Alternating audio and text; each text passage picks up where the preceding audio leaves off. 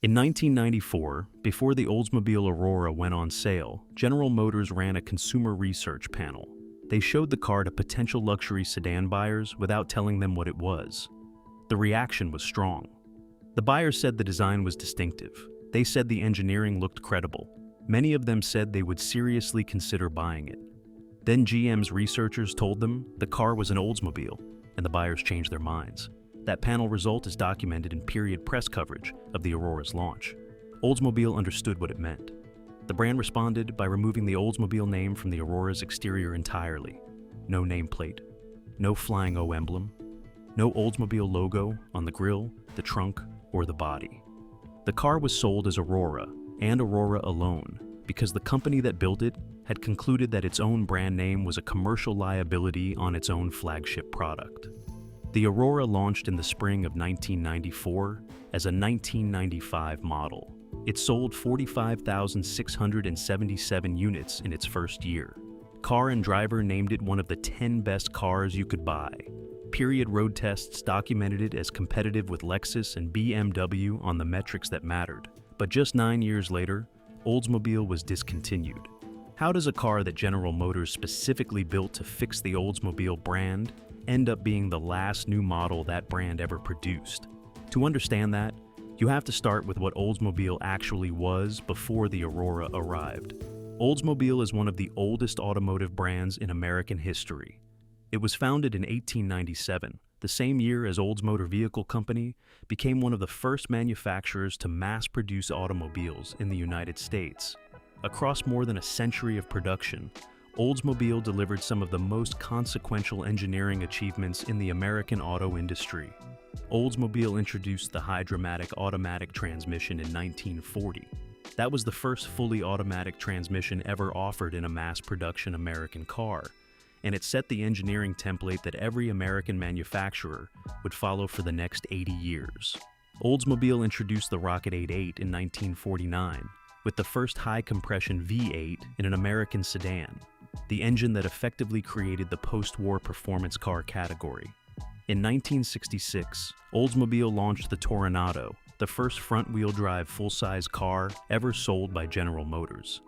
The brand had a documented record of doing things first, doing them well, and selling them to a buyer who associated Oldsmobile with engineering progress.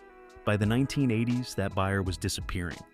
The brand identity crisis was documented in J.D. Power surveys, in GM's own internal market research, and in the famous 1988 advertising campaign that gave the era its single most quoted line. The campaign was called, "This is not your father's Oldsmobile." That tagline is, in retrospect, evidence of a problem and not a solution. A brand that has to apologize for its own identity in its advertising is a brand that has lost the argument before the commercial begins. Oldsmobile had been spending the 1980s selling cars that were, mechanically and visually, badge-engineered Chevrolets and Buicks at slightly higher prices. The buyer base was aging. New buyers were not entering the brand. Sales had fallen from over 1 million units annually in 1985 to roughly 400,000 by 1993. The brand's position in GM's internal hierarchy was being actively questioned. By the early 1990s, the people inside GM who decided which products got built had a specific question to answer about Oldsmobile. Was the brand worth saving? And if so, what would it take? The Aurora was the answer. The Aurora's development brief was specific, and it was unusual.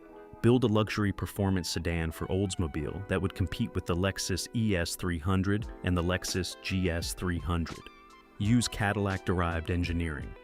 Develop a dedicated platform. Price it below the Cadillac Seville, but above mainstream Oldsmobile products. And do it without putting the Oldsmobile name anywhere on the exterior of the car. That last instruction was the part that made the Aurora different from anything else GM built. When the production car was finally revealed in 1994, the exterior carried no Oldsmobile branding at all.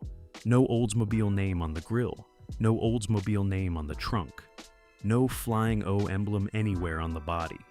The hood ornament was a stylized A, suggesting Aurora as a standalone identity rather than as an Oldsmobile model. The word Oldsmobile appeared only in small letters on the radio faceplate. hidden inside the cabin. The car identified itself as Aurora and Aurora alone. This was unprecedented for a mainstream GM brand flagship.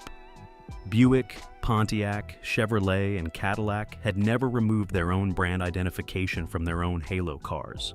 The decision was documented at the time as a calculated bet. The car would attract buyers through design and engineering. Those buyers would discover, only after they were already interested, that the car was technically an Oldsmobile. By then, the Aurora team hoped the brand stigma would not be powerful enough to send the buyer back across the street to the Lexus dealership. There was a documented internal debate about taking the strategy further. John Rock, who was Oldsmobile's general manager during the Aurora's development, proposed renaming the entire Oldsmobile division.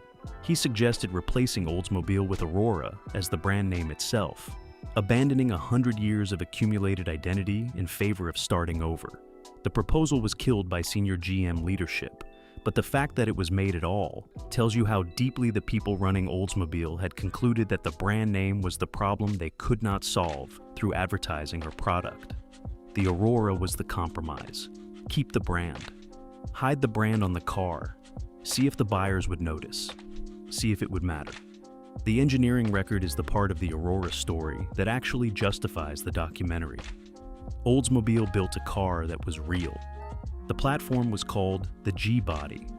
It was a front-wheel drive architecture developed specifically for the Aurora and shared in shortened form with the contemporary Buick Riviera Coupe.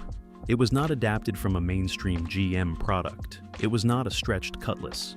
The platform represented a documented engineering investment by General Motors in a dedicated luxury sedan architecture with an independent multi-link rear suspension, McPherson struts at the front, and a body structure that period press identified as exceptionally rigid for its era. Consumer Guide noted at the time that the Aurora's chassis natural frequency was tuned to the same value as the contemporary Mercedes-Benz E-Class. That is the kind of measurement that does not appear in a marketing brochure unless an engineering team has specifically targeted it.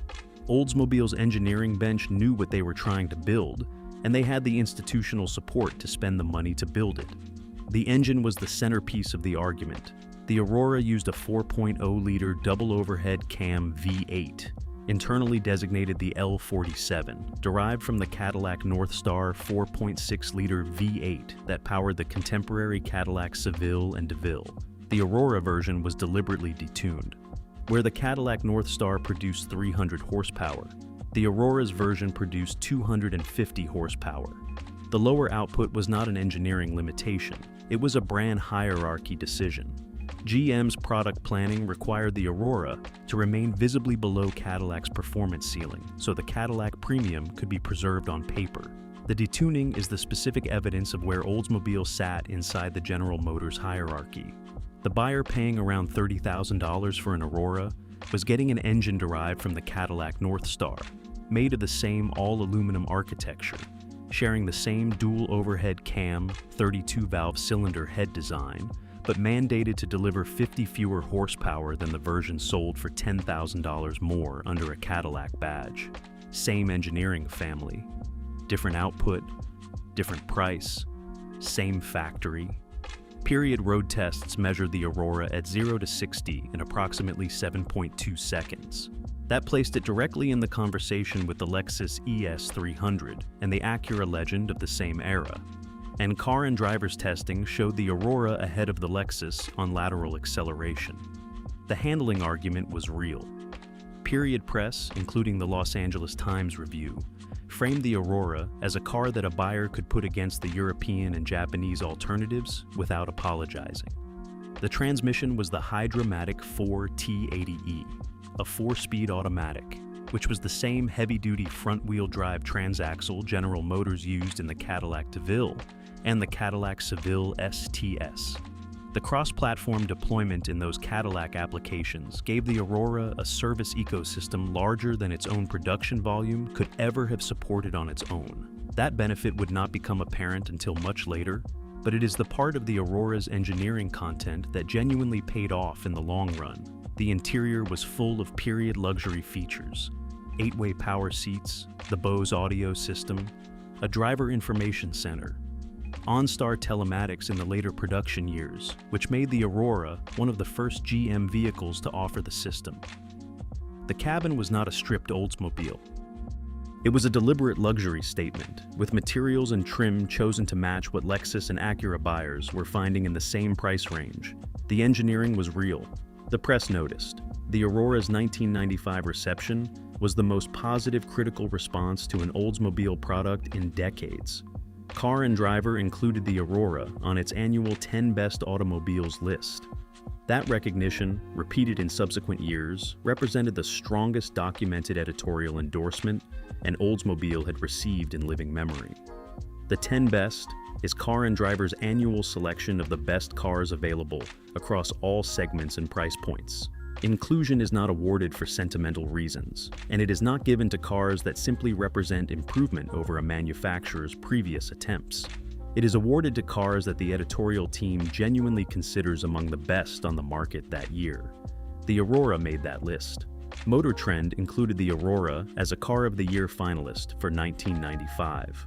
The Car of the Year award itself that year went to the Chrysler Cirrus, but the Aurora's finalist position represented serious competitive recognition in a year that included other significant new product launches.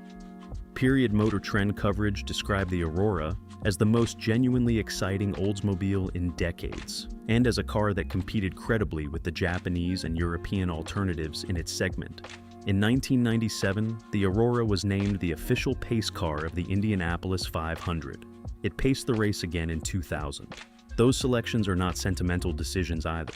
The pace car contract requires a manufacturer to commit a specific car to be driven in front of the highest profile single race in American motorsport. And the car has to be capable of running at speed in front of the field without incident. The Aurora ran the pace lap. It did its job. It looked credible doing it. And the Indianapolis Motor Speedway, which had paced the race with Cadillacs and Chevrolets for decades, decided that the Oldsmobile Aurora was a worthy successor in that role. That is what the engineering bet had been built to produce. Press recognition, performance credibility, a halo car that could carry the brand into the same showroom conversations that Lexus and BMW were dominating. The bet in 1995 was working. This is the part of the story that the documentary title points at directly. In 1995, the Aurora sold 45,677 units in North America. That was a serious launch number. It came in just below the 98, the Oldsmobile flagship the Aurora had effectively replaced, which had been averaging around 50,000 units per year before its discontinuation. For a first-year halo car at a new price point, sold without explicit Oldsmobile branding, with no established luxury reputation behind it, 45,000 units was a credible result. In 1996, Aurora sales fell to 22,349 units. They never recovered to the launch year peak. The decline was not catastrophic in the absolute sense. 22,000 units of a luxury sedan is a real product. The problem was the trajectory. GM had funded the Aurora to attract new buyers to Oldsmobile. The launch year had attracted those buyers. The second year had seen the buyer pool shrink by more than half, which meant that the buyers who came for the launch were not being replaced by a sustaining flow of new customers. The marketing investment, the dealer experience, the ongoing brand-building work that a luxury launch requires were not being delivered at the level the engineering had earned. Sales settled in the 18,000 to 25,000 range across 1996 through 1999. Then, for the 2000 model year, no Aurora was produced at all. That gap is documented. Oldsmobile produced no 1999 and a half Aurora. Oldsmobile produced no 2000 Aurora. The Orion assembly plant in Lake Orion, Michigan, stopped building the car, and dealers ran down the inventory they had on hand. Buyers who walked into an Oldsmobile dealership in the calendar year 2000 looking for a new Aurora could not buy one. The reason for the gap has never been confirmed in a primary GM document accessible to the public. Various industry sources attribute it to platform retooling, capacity reallocation, or simply product planning and decision. Whatever the cause, the consequence is a documented strategic injury to the Aurora's brand equity. Luxury sedans are sold on continuity. A one-year disappearance from dealer lots breaks the continuity. The second-generation Aurora arrived for the 2001 model year. It was built on a revised version of the same platform. The exterior styling was more conservative than the first generation, which period press noticed and noted. Where the first-generation Aurora had been visually distinctive, with sculptural fenders and a low greenhouse that no other GM product resembled, the second generation looked closer to the rest of the segment. A more conventional luxury sedan, less of a statement. More importantly, the second generation introduced a base V6 engine. The new 3.5-liter V6 was internally called the LX5, and the engineers nicknamed it the Short Star, because it was effectively a cut-down version of the 4-liter V8. It produced 215 horsepower. It expanded the Aurora's addressable price range downward, with a base sticker around $28,000 instead of the V8's $33,000. The product planning logic was straightforward. A V6 base price would bring more buyers into the showroom. What the V6 also did was dilute the Aurora's entire performance argument. The first generation's identity had been V8 or nothing. Every Aurora produced from 1995 through 1999 had a North Star-derived V8 under the hood. Every Aurora was, by that single fact, distinguishable from the Lexus ES300 and the Acura TL it competed against. The second-generation V6 removed that distinction. The Aurora was now a V6 luxury sedan competing with V6 luxury sedans. Sales reflected the dilution. The second-generation Aurora produced 53,640 units across the entire 2001 model year, which sounds strong, but those numbers came from a market that was buying the V6 base model in disproportionate volume.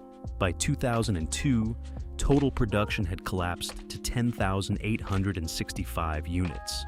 By 2003, the final year, Oldsmobile produced just 7,217 Auroras. The last 500 Auroras were a special edition, all painted dark cherry, with chrome wheels borrowed from a Cadillac, badged Final 500. The car that had been built to save Oldsmobile ended its production run as a nostalgia object, branded explicitly as the last. In December of 2000, General Motors announced its intention to phase out the Oldsmobile brand entirely. The announcement was framed as a corporate restructuring decision, driven by what GM described as insufficient brand differentiation between Oldsmobile and Buick to justify the cost of maintaining a separate dealer network and product line. Production of the final Oldsmobile ended on April 29, 2004.